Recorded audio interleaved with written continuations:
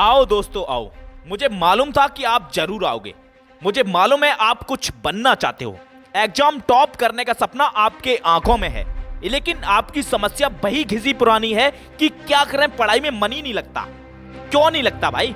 जब सपने तुम्हारे हैं तो उन्हें पूरा करने की जिम्मेदारी भी तुम्हारी है। जब टॉप तुम्हें करना है तो कोई दूसरा पढ़ाई थोड़ी ही करेगा, करना तो तुम्हें ही होगा। अभी समय है, जाग जाओ, वरना टॉप तो किसी को करना ही है। अगर कोई और टॉप कर सकता है तो आप क्यों नहीं?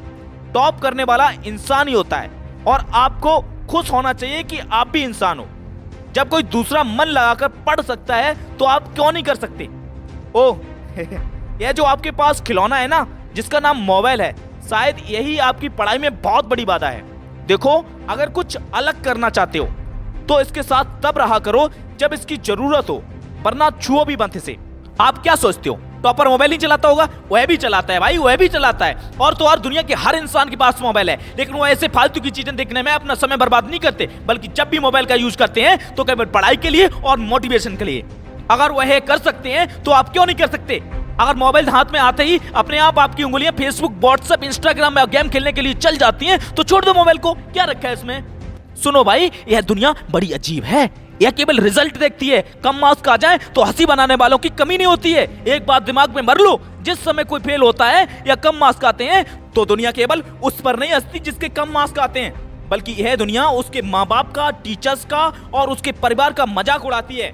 सुन मेरे भाई, ऐसा कभी मत होने देना। आपसे बहुत उम्मीद लगा रखी है माँ बाप ने, बहुत मेहनत करते हुए आपके लिए। क्या आप ऐसे ही उनकी मजाक बनने दोगे? क्या होगा उनकी उम्मीदों का? जागो भाई जागो और लग जाओ आज से ही पढ़ाई में। आज ही टाइम टेबल बनाओ और पढ़ाई शुरू करो। ओह, ये मैंने क्या कह दिया? ये क्या कह दिया मैंने? टाइम टेबल का नाम ले दिया। वो तो आप 1 महीने में 10 बार बना चुके होगे। हाँ बिल्कुल, और हमेशा सोचते हो इसे कल से फॉलो करूंगा, सोमवार से पढ़ाई शुरू करूंगा या 1 तारीख से पढ़ाई करूंगा, लेकिन पढ़ने का समय और टाइम टेबल फॉलो करने का समय कभी नहीं आया। आखिर क्या सोच रखा है तुमने? तुमसे अच्छे तो जानवर हैं जो हर काम सही समय पे करते हैं, वो भी प्राकृतिक रूप से। दिमाग नहीं उनमें, और आप दिमाग वाले स्वस्थ इंसान हो, फिर भी अपने सपने को मार देने में लगे हुए हो। सुनो, एक कड़वी बात सुनो। अगर यह सोच रखा है ना कि तुम्हारे बाप के पास बहुत पैसा है, तो भाई अगर तुम फेल हो गए तो तुम्हारी जिंदगी उन पैसों से कट जाएगी जो तुम्हारे बाप ने कमाए हैं।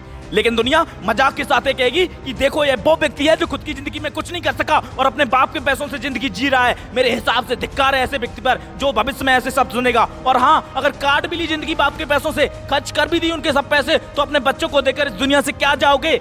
बताइए, क्या खाली हाथ छोड़ जाओगे? कौन जिम्मेदार होगा इसका? आप होंगे आप। और यदि आपके पिता के पास ज्यादा पैसे नहीं है तब तो तुम्हें पढ़ना ही होगा। इसके अलावा अपने सपना पूरे करने का कोई दूसरा रास्ता आपके पास नहीं है। अब भी समय है बेटा, जाग जाओ, और निर्णय भी आपके हाथ में है कि कैसी लाइफ जीनी है।